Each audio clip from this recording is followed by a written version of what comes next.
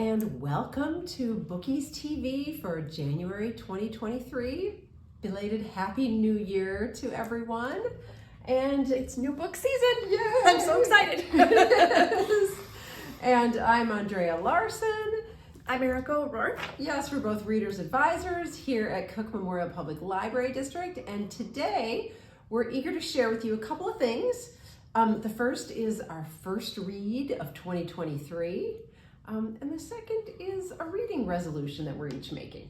So some of us love resolutions. Some of us not so much. And some of us are being really good sports. Yes, pretty much. But I came up with one that I think is good for me. And we'll see. Anyways, okay. Well, here, I'll kick it off. I can do the first book that I read this year. I have to say, my reading got off to a really good start with this one. It's called Mame by Jessica George. It comes out on January 31st, so place your hold now. Mame means woman in Twi. And the reason I know how to pronounce that is because I listened to the audiobook. And Mame is the nickname for the book's Ghanaian British main character, Maddie. Maddie is 25 years old and she still lives at home in London so that she can take care of her father who has Parkinson's disease. When her mother moves back from Ghana and Maddie is free to move out on her own, her delayed journey to adulthood finally begins. So this is a contemporary coming-of-age story, but it's not like your usual teenage coming-of-age story because she's in her 20s, she's college educated, she's got a job, but Maddie is experiencing milestones that a lot of people would have done in high school, like smoking her first cigarette. She's also navigating racism and microaggressions in her daily life and in her work.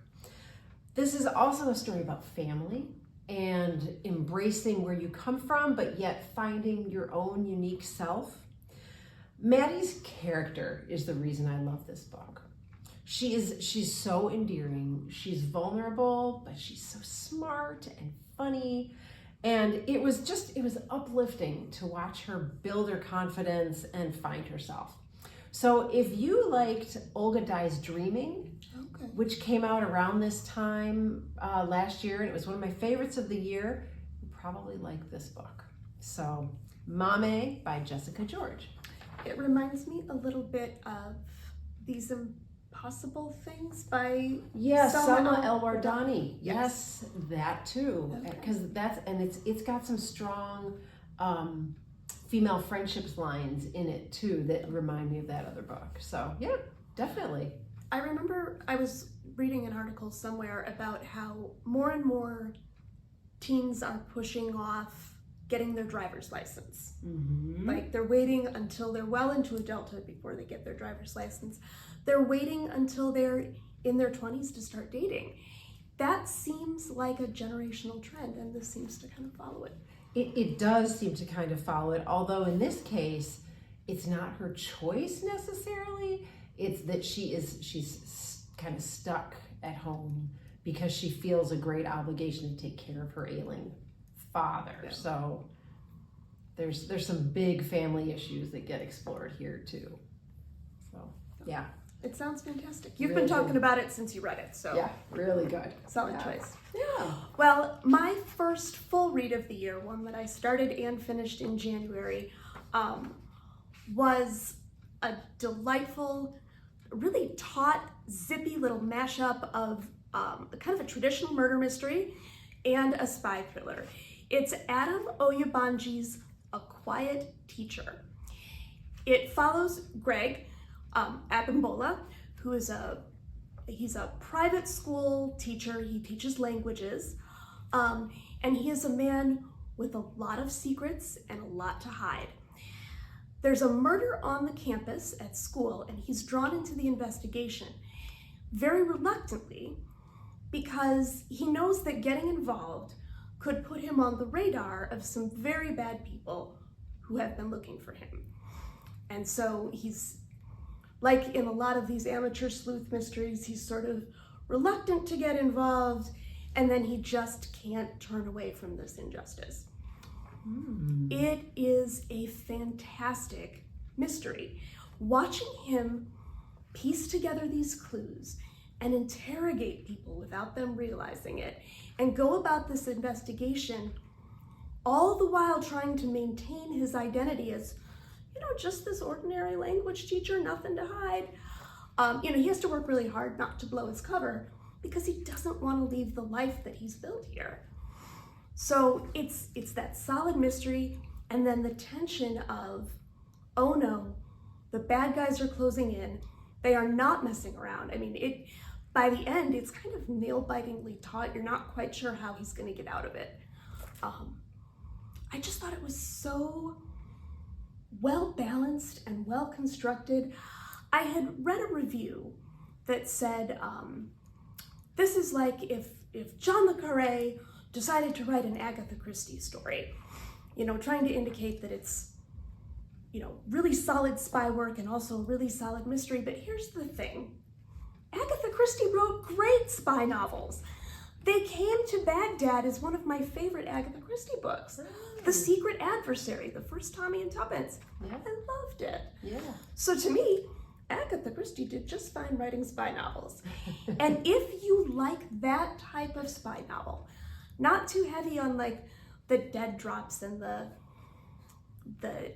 intricacies of high-level intelligence, but just that really solid individual going through a spy thriller and unraveling a mystery at the same time, I think this is a fantastic fit. I am so hopeful that it is the first in a series. Oh, yeah. I love a good series. Like a good setup. And he did leave just a few little threads that could carry on, so I've got my fingers crossed. Now, you said a private school is the setting, so is it a boarding school? No, it's just a very, very wealthy, like the most exclusive private school in Pittsburgh. Okay. It's still a great setting. I love school settings for books. Especially because it's a very white school, and Greg is Black and British. And so I thought the author, who is also Black and Scottish, he does a really nice job of exploring the nuances of that. There's the police come to the school. They're much harder on the American Black teacher than they are on Greg. That posh accent sort of gives him a little bit of leg up. And so you see sort of the intersections of race and class and identity. And I thought the author did a great job of exploring that without being preachy. Very cool. So 270 pages. I read it in a weekend. I thought it was fantastic. Awesome. And since I read it in a weekend, it allowed me, we're going to segue into reading resolutions. Since I read it in a weekend, it allowed me to start as I meant to go on, and I was able to log it in my little reading journal. I am a firm proponent that people get more out of their reading when they keep track of it, in whatever format works for them. A lot of people here at the library use Goodreads. Yeah, I'm one of them. Yeah. You're one of them. Yeah. Joe Hansen, another one of our colleagues, does a brilliant job maintaining the library's Goodreads page. I am just an analog girl at heart, and so for me, this is not a fancy reading journal. It's just a plain moleskin notebook, and all I keep track of is the date, the title and series, the authors. And this year I've decided to add how many stars I would give the book, because Joe always asks me. Right. And it's easier to put that down in the moment than wait until 3 months later and be like, oh, I vaguely remember that book. Yeah. I like being able to look back at what I've read and see patterns and see oh, this was a time I was super stressed out. Is it any wonder that I was going back to cozies or historical romance, or Agatha Christie. Yeah. In times of stress, I will just reread Agatha Christie. There's no shame in that. No. And I used to be really good about this. In fact, when I interviewed for my job at the library, I was in really good shape because I was able to pull out my reading journal before the interview and look at all the things I'd recently read. Oh, wow. That I might want to book talk with you. Yeah. And then during the pandemic, I stopped because it was the pandemic and everybody stopped everything. And I don't remember anything that I've read over the last couple of years. So this year, me and my brand new reading journal that matches the paint job in here, I'm excited to see what I kind of learn about myself when I look back on it in December. That's excellent. So. Yeah, it is. It's a very important thing to keep that log. Goodreads works well for me, but I guess I'll take this opportunity to plug the library's Goodreads account because we have 3,500 titles in there at this point. So if you're ever looking for anything good to read, friend us on Goodreads. You can go in there because they're all beautifully organized on shelves. Yeah. So you can just kind of figure out what you're in the mood for and find that shelf and look through, and you'll find all these books that our staff members have recommended. Yeah. So it's an amazing resource if you haven't used it yet. Absolutely.